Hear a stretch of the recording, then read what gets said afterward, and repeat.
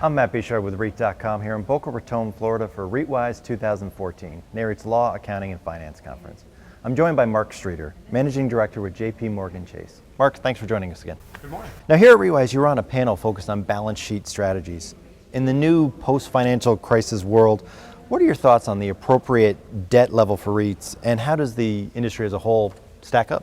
Sure, I think the answer has changed over the years because post the crisis, the industry has been more focused on a debt-to-EBITDA metric, getting away from a leverage-based leverage level based on book or market, and more towards this debt-to-EBITDA metric, which is more comparable across sectors.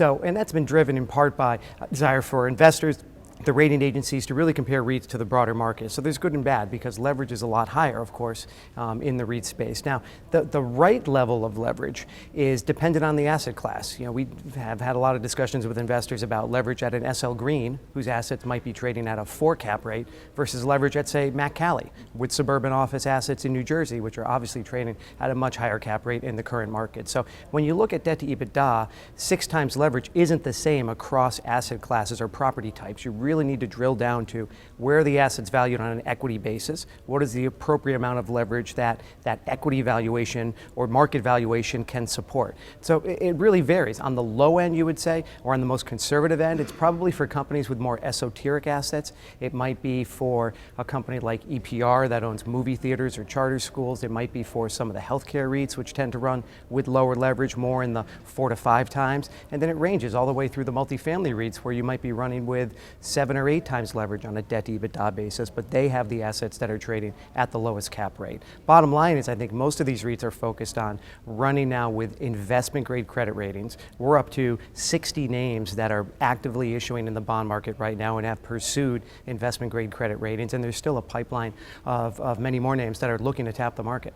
Now, staying on investment-grade ratings, what is the biggest pro of it, and are there any cons for an investment-grade rating? Well, I think the pro of it is the ability to access the capital markets very, very quickly. If you're a Simon, you can't finance or raise $2 billion of capital in the private markets nearly as efficiently as you can by tapping the public markets. And the same goes for many of the REITs, even all the way down to little $200 and $300 million bond. In my market, that's little, $200 and $300 million bond deals. I think most REIT CFOs are very focused on having access to public and private capital, secured and unsecured, just like they're focused on having access to public and private equity, right? Whether through the public equity markets or through their private partners for joint ventures and so forth. So I think it's the most prudent strategy to have a rating. And we've seen many, many new names come to the market recently. Look at ARCP, grown from a very small REIT to north of $20 billion in market cap very, very quickly.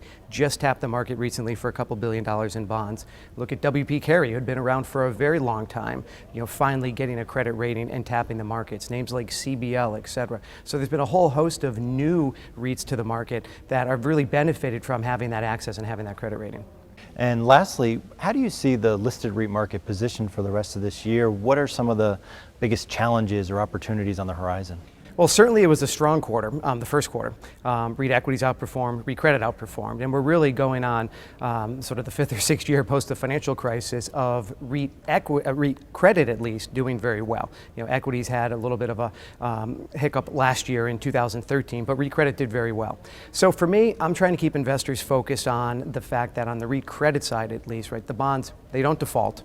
They're basically worth par. You have very protective covenants and so forth. So it is a very unique asset class in the investment grade credit market. REITs are now trading through BBB corporate levels, but they're still a little cheap to single A and corporate levels. And REIT ratings have migrated from low BBB to mid BBB. They're really headed towards high BBB, and more REITs are going to move into that low single A category. A name like Prologis, which has been very, very focused on getting their credit rating there. So I think that's part of the evolution here. What worries me most is really it's still a confidence-sensitive sector. So when the capital markets go into a tailspin, investors sell first and ask questions later. That's happened time and time again with REITs. And every time that happens, it's a great buying opportunity, but you want to be prepared for that because you don't want to get your face ripped off as that's happening. You want to have spare capacity so you can jump in and capitalize on that. And we're at the opposite end of the spectrum right now. So I worry about that momentum shifting. We're not calling for that anytime soon, but that's what I worry about. Mark, thanks so much for joining us today. Thanks, Matt. For more on this and other REIT news and analysis, be sure to visit REIT.com.